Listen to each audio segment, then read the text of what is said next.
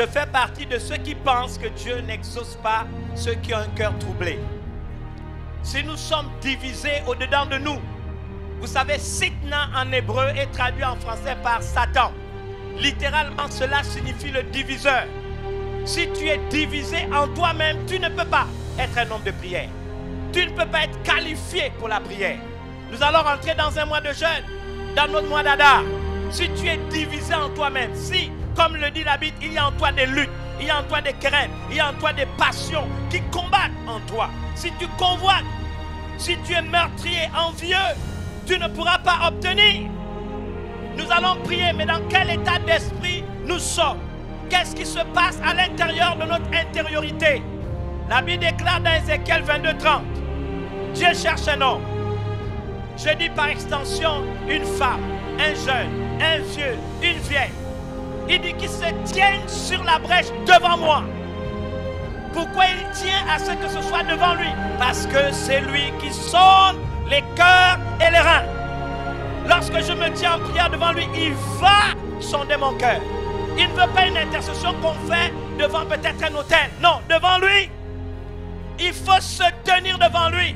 Il faut accepter d'être scanné avant d'intercéder. Il va scruter le cœur. Il va scruter les motivations. Beaucoup de prières qui sont faites ne sont que l'expression de nos convoitises. Beaucoup de prières qui sont faites ne sont que l'expression de nos haines. Et on donne, n'est-ce pas, on va d'une connotation spirituelle à ce que nous faisons, alors que cela n'a rien à voir avec la parole de Dieu. Qui se tiennent sur la brèche devant moi. Nous ne sommes pas égoïstes. Alors que nous allons prier pendant tout ce mois, nous allons intercéder pour notre nation. Parce que nous savons une chose, le Gabon est un pays de destinée. Notre problème, notre passion, notre obsession, c'est que ce que Dieu a dit pour la nation s'accomplisse. Le reste ne nous intéresse pas. Et je vous donne un autre texte. Alors il dit qu'ils se tiennent devant moi.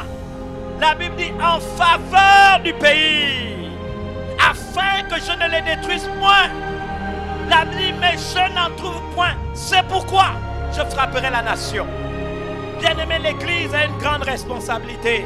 Je répète à dessein, je cherche parmi eux un homme qui élève un mur, qui se tienne à la brèche, là où il y a le trou, là où il y a l'erreur, là où il y a le péché, là où il y a l'abomination, là où il y a le passage par lequel Satan peut passer pour détruire la nation. L'Église doit s'y trouver. Je cherche qui se tienne sur la brèche.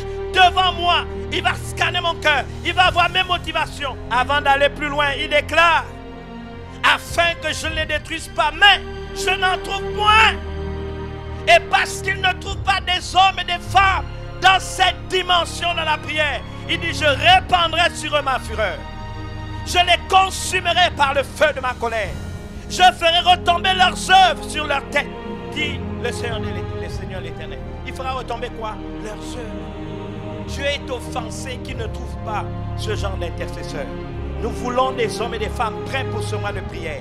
Bien-aimés, si vous voulez être un homme de prière, basez-vous sur ce que dit la Bible et non sur les historiettes. Nous sommes dans Jérémie 29, 7. Recherchez le bien de la ville où je vous ai mené en captivité. Il dit recherchez quoi? Je vais entendre le mot rechercher quoi? Bien-aimé, le mot ici, traduit en français par ville, se traduit aussi par pays, par nation. Nous sommes étrangers et voyageurs sur cette terre. Donc nous sommes en captivité dans le monde.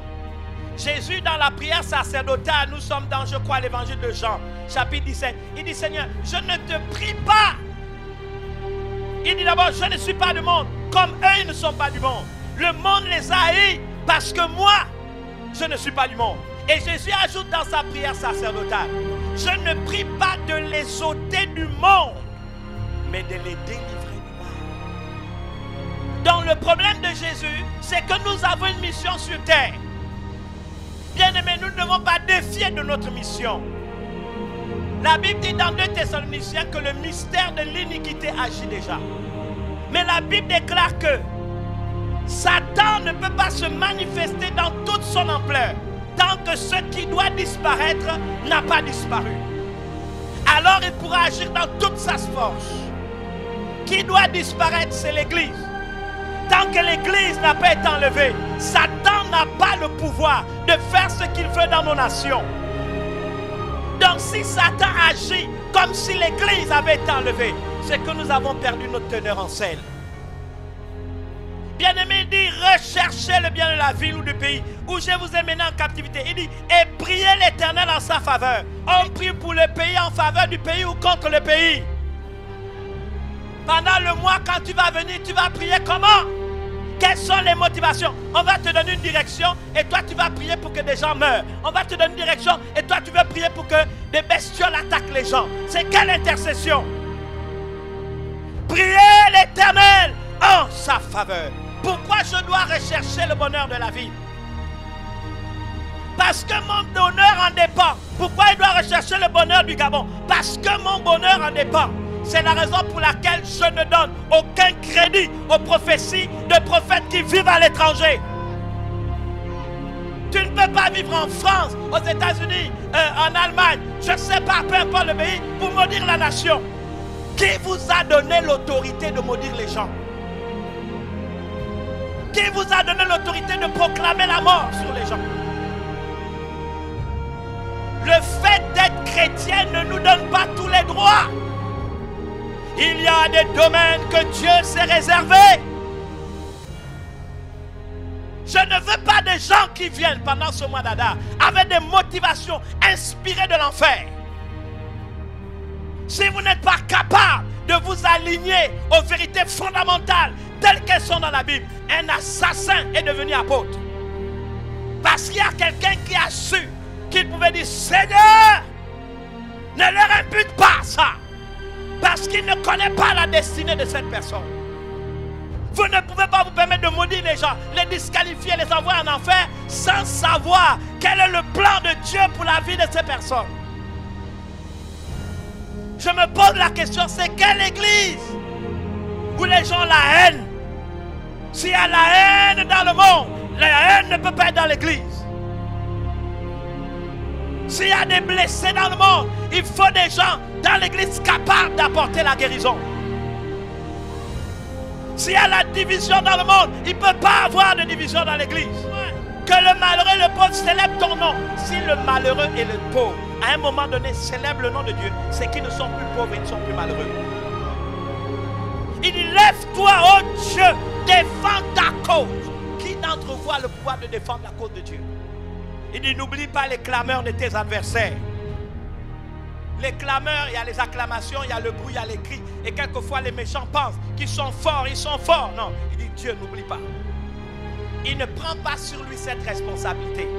Ne me dites pas que je prie en faveur du Gabon comme je vois. Maintenant, le seul pays où tous les prophètes du monde, en 3 jours de prière, 4 jours de prière, 1 semaine de prière, en faveur du Gabon, en faveur du Gabon, en faveur du Gabon, et vous êtes dehors, vous êtes à l'étranger. Non, recherchez le bien du pays où Dieu nous a établis.